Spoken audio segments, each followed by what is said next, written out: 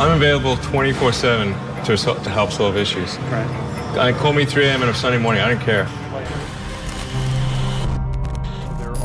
The way that I usually describe myself is an engineer, because that's mostly what most of what I do is engineering. So I spend most of the week with my engineering and design team working on the current car and future cars and the rockets and spacecraft and that kind of thing. When I was a kid, I didn't really have any grand designs. I mean, the reason I started programming computers is because I like computer games.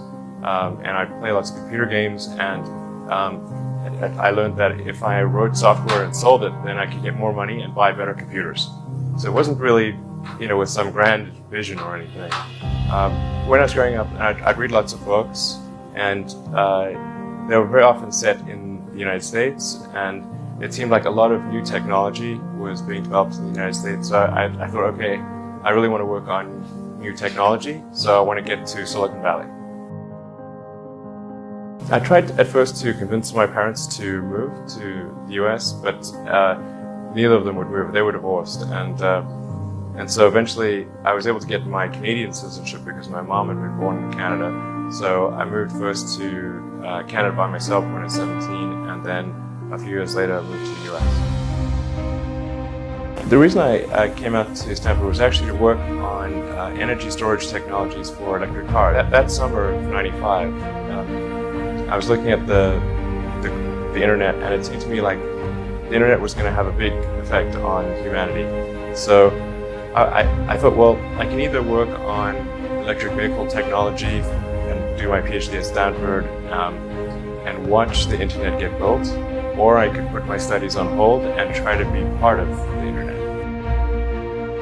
And at first I tried to get a job at Netscape because that was the only internet company, and they didn't respond to me. So I was like, okay, if I can't get a job at the only internet company, then I better try starting something. But I talked to my professor and I said, look, I'm going to try starting a company. It's probably not going to succeed. And if it doesn't succeed, can I come back? He said, sure, no problem. And so I put my studies on hold and started the company. Did some internet stuff, one of which was PayPal. I think maybe it's helpful to say one of the things that was important then in the creation of PayPal was kind of how it started, because initially the initial thought was with PayPal was to create an agglomeration of financial services, so you have one place where all of your financial services needs would be seamlessly integrated and work smoothly. And then we had like a little feature which was to do email payments, and whenever we'd show the system off to someone, we'd show the hard part, which was the agglomeration of financial services, which was quite difficult to put together. Nobody was interested. Then we'd show people email payments, which was actually quite easy, and everybody was interested. I think it's important to take feedback from your environment. You want to be as closed loop as possible. We focused on email payments and really try to make that work, and that's what really got things to take off. But if we hadn't responded to what people said, then we probably would not have been successful. Going from PayPal, I thought, well, what are some of the other problems that are likely to most affect the future of humanity?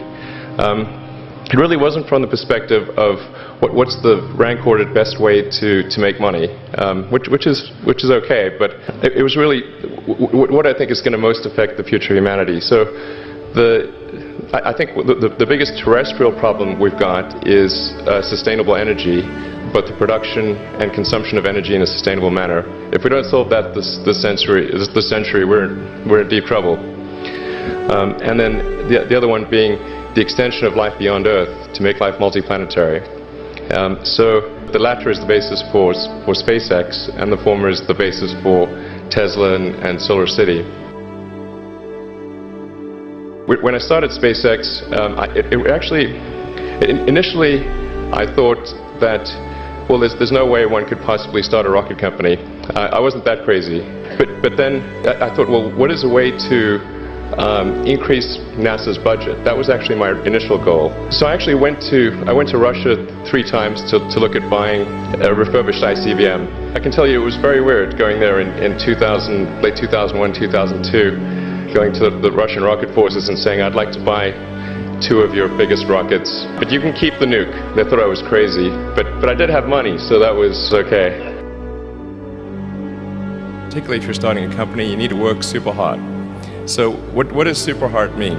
Well, when my brother and I were starting our first company, instead of getting an apartment, we just rented a small office and we slept on the couch. And we showered at the YMCA, and we're so hot up we had just one computer. So the website was up during the day, and I was coding at night. 7 days a week, all the time. Briefly had a girlfriend in that period, and in order to be with me, she had to sleep in the office. So work hard like every waking hour. That's the thing I would say. You do simple math. You say like, okay, if somebody else is working 50 hours and you're working 100, you'll get twice as much done in the course of a year as the other company. Work like hell. I mean, you just have to put in, 80 to 100 hour weeks every week. And then That's a lot of work. all those things improve the odds of success. If other people are putting in 40-hour work weeks and you're putting in 100-hour work weeks, then even if you're doing the same thing, you know that in 1 year you will achieve what they achieve. You will achieve in 4 months what it takes them a year to achieve. Then it's just you have to apply a lot of hours to actually working. So the way I generally do it is I'll be working at SpaceX on Monday, and then Monday night fly to the Bay Area, spend Tuesday and Wednesday at the Bay Area, then at Tesla, and then fly back on Wednesday night, spend Thursday and Friday at SpaceX. In the last several months, then I would fly back here on a Saturday and either spend Saturday and Sunday at Tesla or spend Saturday at Tesla and Sunday at SpaceX. So 7 days a week, sleeping in the factory. I worked in the paint shop, general assembly, body shop. You ever worry about yourself imploding? Like it's just too much? Absolutely. No one should put this many hours into work. This is not good. And people should not work this hard. They should not do this. It's very painful. Painful in what sense? It hurts my brain and my heart. This is not recommended for anyone. I just did it because if I didn't do it, then Tesla, good chance Tesla would die. I gave basically both SpaceX and Tesla from the beginning a probability of less than 10% of likely to succeed. In the beginning, I wouldn't even let my friends invest because I don't want to lose their money. I thought it was like, I'd rather lose my own money. We almost did die at SpaceX actually. So I budgeted for 3 flights. I mean, technically, I did have a plan where I had the money from PayPal. I had like about 180 million from PayPal. And I thought, I'll allocate half of that to SpaceX and Tesla and Solar City, and that should be fine. I'll have 90 million. Like, it's just lots, But then what happened is things cost more and took longer than I thought. So I had a choice of either put the rest of the money in or the companies are going to die. And it's like, so I ended up putting all the money in and borrowing money for rent from friends. If you want to try to come up with an innovative breakthrough, that's going to be how it is. Anything which is significantly innovative is going to come with a significant risk of failure. You've got to take big chances in order for the potential for a big positive outcome. If the outcome is exciting enough, then taking a big risk is worthwhile. It's really how I approach it. But then once executing down a path, I actually do my absolute best to reduce risk, because, or to improve another way of saying it, to improve the probability of success, because when you try to do something that is very, very risky, that you have to spend a lot of effort trying to reduce that risk as you embark down that path. I mean, I think I'm kind of constitutionally just geared to just keep going. I don't know. It's yeah. I mean, it just I I don't know. I mean, it certainly there are times when things don't go well, and then that's quite dispiriting for sure. And so then it's difficult to proceed with the same level of enthusiasm. But I do think the things that we're doing are pretty important to the future. And if we don't succeed, then it's not clear what other things would succeed. And if we don't succeed, then we'll be certainly pointed to as a reason why people shouldn't even try for these things. So I think it's important that we do whatever is necessary to keep going. So how do you keep your focus on the big picture when you're constantly faced with, we could be out of business in a month? Well, it's just a very small percentage of mental energy is on the big picture. Like you know where you're generally heading for. And the actual path is going to be some sort of zigzaggy thing in that direction. You try not to deviate too far from the path that you want to be on, but you're going to have to do that to some degree. One of the most difficult choices I've ever faced in life was in 2008. I think I had maybe $30 million left, or $30 or $40 million left in 2008. I had two choices. Put it all into one company, and then the other company would definitely die, or split it between the two companies. But if I split it between the two companies, then both might die. And when you put your blood, sweat, and tears into creating something, or building something, it's like a child. It's like, which one am I going to let one starve to death? I couldn't bring myself to do it, so I split the money between the two. Fortunately, thank goodness, they both came through. Was there any great failure that you think you have had? Well, I certainly have lost many battles. So far, I've not lost a war, but I've certainly lost many battles. Oh, yeah, more than I can count, probably. I mean, we had many, at Tesla, we came many times close to bankruptcy. In fact, at the end of 2008, we were only a few days from bankruptcy. Literally 2 days, or 3 days maybe. I was curious in general, what do you think of the Silicon Valley mantra, fail fast, fail often, or as Esther Dyson says, always make new mistakes, as if failure is the crucible of learning? I'm curious if you had any further thoughts on that, and that maybe off-the-cuff comment you made out there. Well, I mean, there are many that sort of, I mean, I think there's like some entropic basis for this. Like, there are many more ways to fail than to succeed. So you have to explore, I mean, particularly like for a rocket, there's like 1,000 ways a thing can fail and like one way it can work.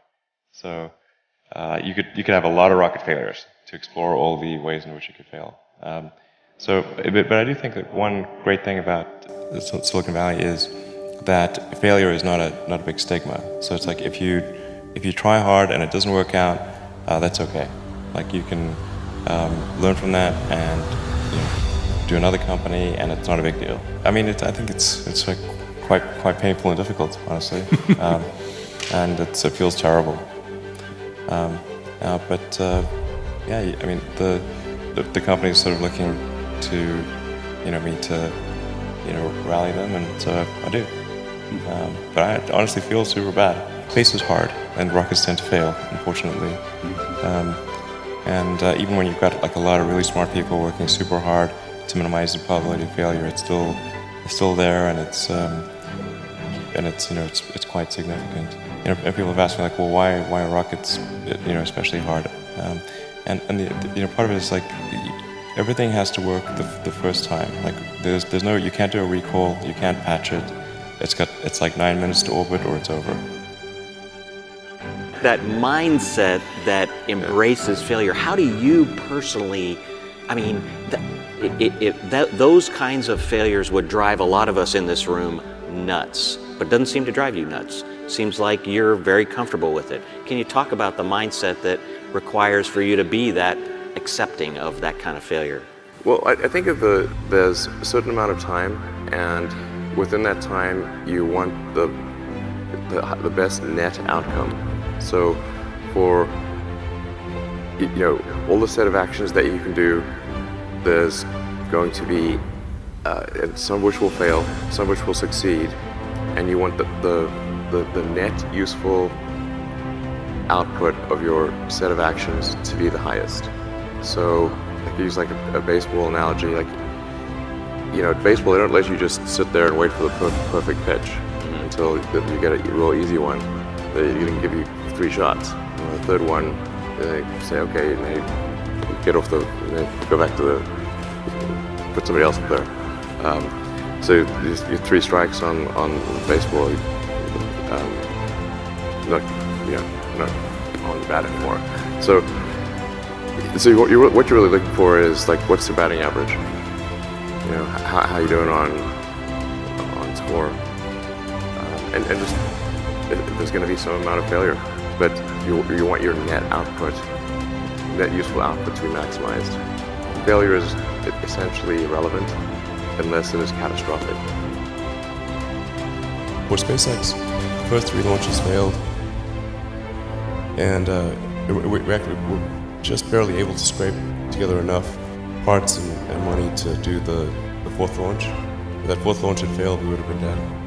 So multiple failures along the way.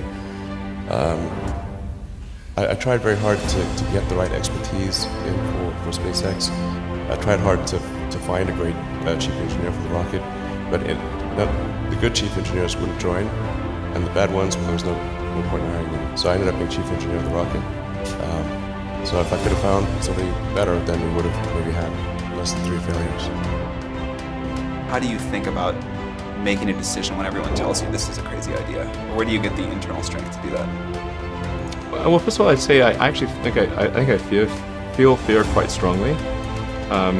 So it's not as though I just have the absence of fear. I feel it quite strongly. But there are just times when something is important enough, you believe in it enough, that you do it in spite of the fear. There are people who've been in the rocketry business for decades who say about you that you don't know what you don't know. Well, I suppose that's true of anyone. How can anyone know what they don't know? But when critics say you can't do this, your answer to them is, we've done it. You know, there are American heroes who don't like this idea. Neil Armstrong, Gene Cernan have both testified against commercial spaceflight and the way that you're developing it, and I wonder what you think of that. I was very sad to see that, because those guys are, you know, those guys are heroes of mine, so it's really tough. You know, I wish they would come and visit and see the hardware that we're doing here. And I think that would change their mind. They inspired you to do this, didn't they? Yes. And to see them casting stones in your direction. It's difficult. Did you expect them to cheer you on?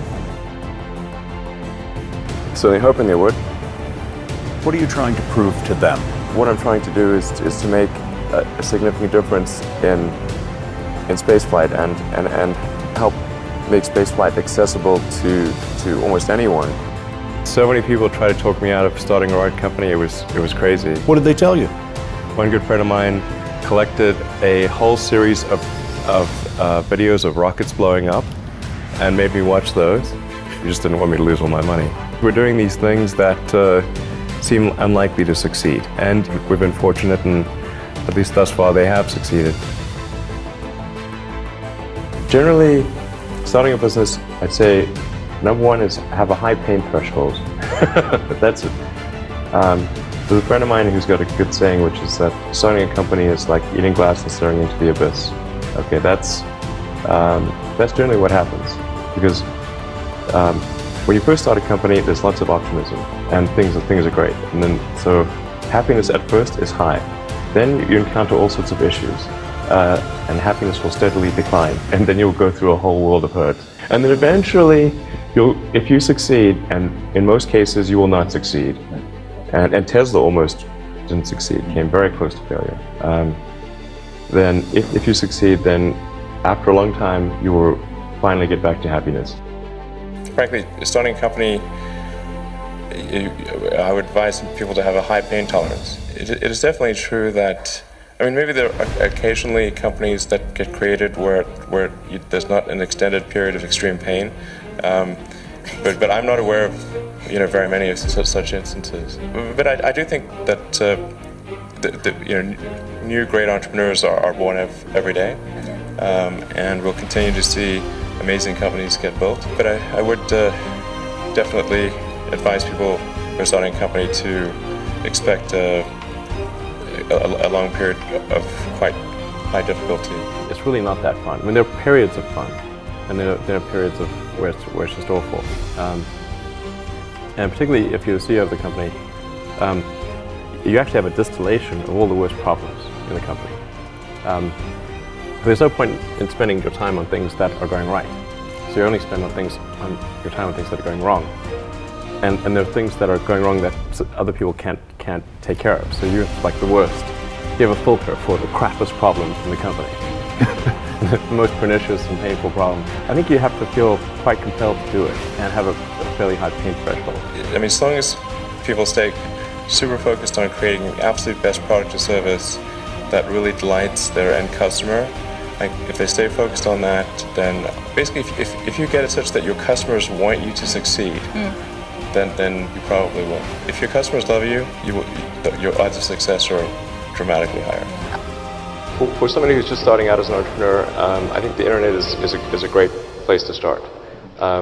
Because if you're just starting out, unless you've got a ton of capital that somebody gave you or you inherited or something, you have to start a company that requires a small amount of capital, where it's heavily weighted towards the intellectual capital in your head.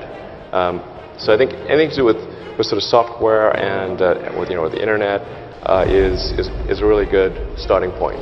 It would have been impossible for me to have done electric cars or rockets, right from the start, because those require money to get anything done. Being focused on something that you're confident will have high value to someone else, and just being really rigorous in making that assessment, because people tend to, a natural human tendency is wishful thinking. So a challenge for entrepreneurs is to say, well, what's the difference between really believing in your ideals and sticking to them versus pursuing some unrealistic dream that doesn't actually have merit? And that is a really difficult thing to tell. Can you tell the difference between those two things? So you need to be sort of very rigorous in your self-analysis. Successful entrepreneurs probably come in all sizes, shapes, and flavors. An obsessive nature with respect to the quality of the product is very important. Even if you're the best, there's always a chance of failure. So I think it's important that you really like whatever you're doing.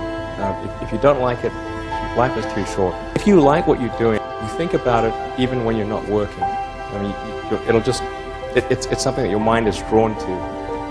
And if you don't like it, you just really can't make it work, I think. If you're creating a company or if you're joining a company, the most important thing is to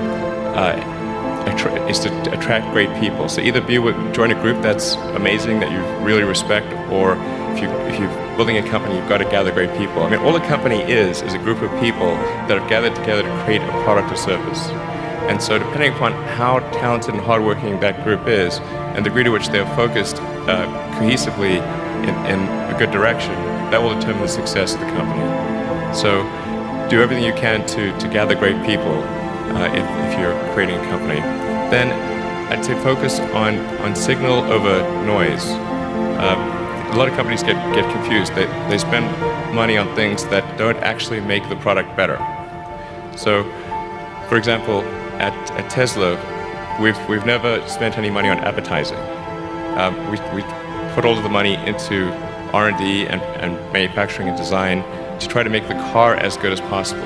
And I think that's the way to go. So for any given company, just can keep thinking about, are these efforts that people are expending, are they resulting in a better product or service? And if they're not, stop those efforts.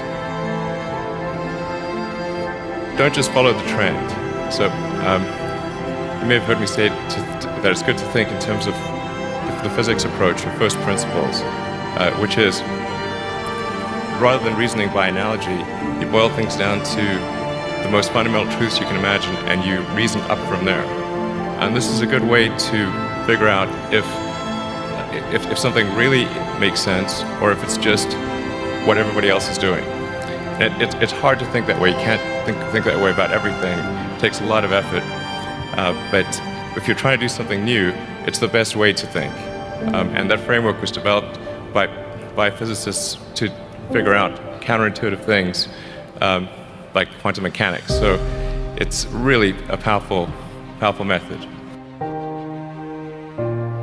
I think that the final thing I would encourage you to do is, now is the time to take risk.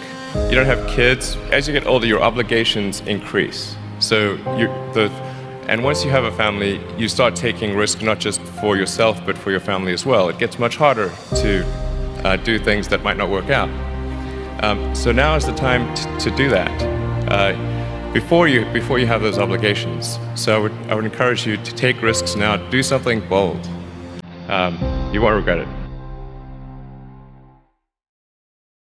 I think when I was, 5 or 6 or something, I thought I was insane. It was just strange.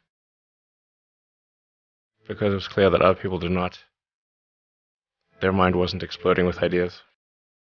It was like, and strange. I don't think you'd necessarily want to be me. It's very hard to turn it off. It's like a never-ending explosion. All the time. When I was a kid, I was wondering kind of what's the meaning of life? Why are we here? What's it all about? I came to the conclusion that what really matters is trying to understand the right questions to ask. The more that we can increase the scope and scale of human consciousness, the better we are able to ask these questions. There are certain things that are necessary to ensure that the future is good. Some of those things are, in the long term, having long-term sustainable transport and sustainable energy generation, be a spacefaring civilization, and for humanity to be out there among the stars, and be a multiplanetary species. Being a multi-planet species and being out there among the stars is important for the long-term survival of humanity. The part that I find personally most motivating is that it creates a sense of adventure, and it makes people excited about the future. How many things can you buy that you really love, that really give you joy? So rare, so rare. I wish there were more things. That's what we try to do. Just make things that somebody loves. The universe as we know it will dissipate into a fine mist of cold nothingness eventually. I don't want to sound like things are too dark, because I think you kind of have to be optimistic about the future. There's no point in being pessimistic. What are the set of things that can be done to make the future better? I think that a future where we are a spacefaring civilization and out there among the stars, this is very exciting. This makes me look forward to the future. This makes me want that future. There need to be things that make you look forward to waking up in the morning. You wake up in the morning, you look forward to the day, look forward to the future. That second version is incredibly exciting and inspiring. Life can't just be about solving problems. Otherwise, what's the point? There's got to be things that people find inspiring and make life worth living. A future where we are a spacefaring civilization and out there among the stars, I think that's very exciting. That is a thing we want. Whereas if you knew we would not be a spacefaring civilization but forever confined to Earth, this would not be a good future. That would be very sad. If there are two futures, and one future is we're out there among the stars, and the things we read about and see in science fiction movies, the good ones, are true. We have these starships, and we're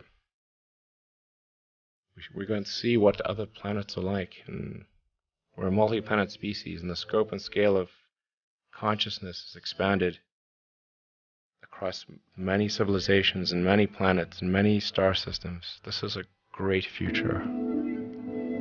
This is a wonderful thing to me, and that's what we should strive for.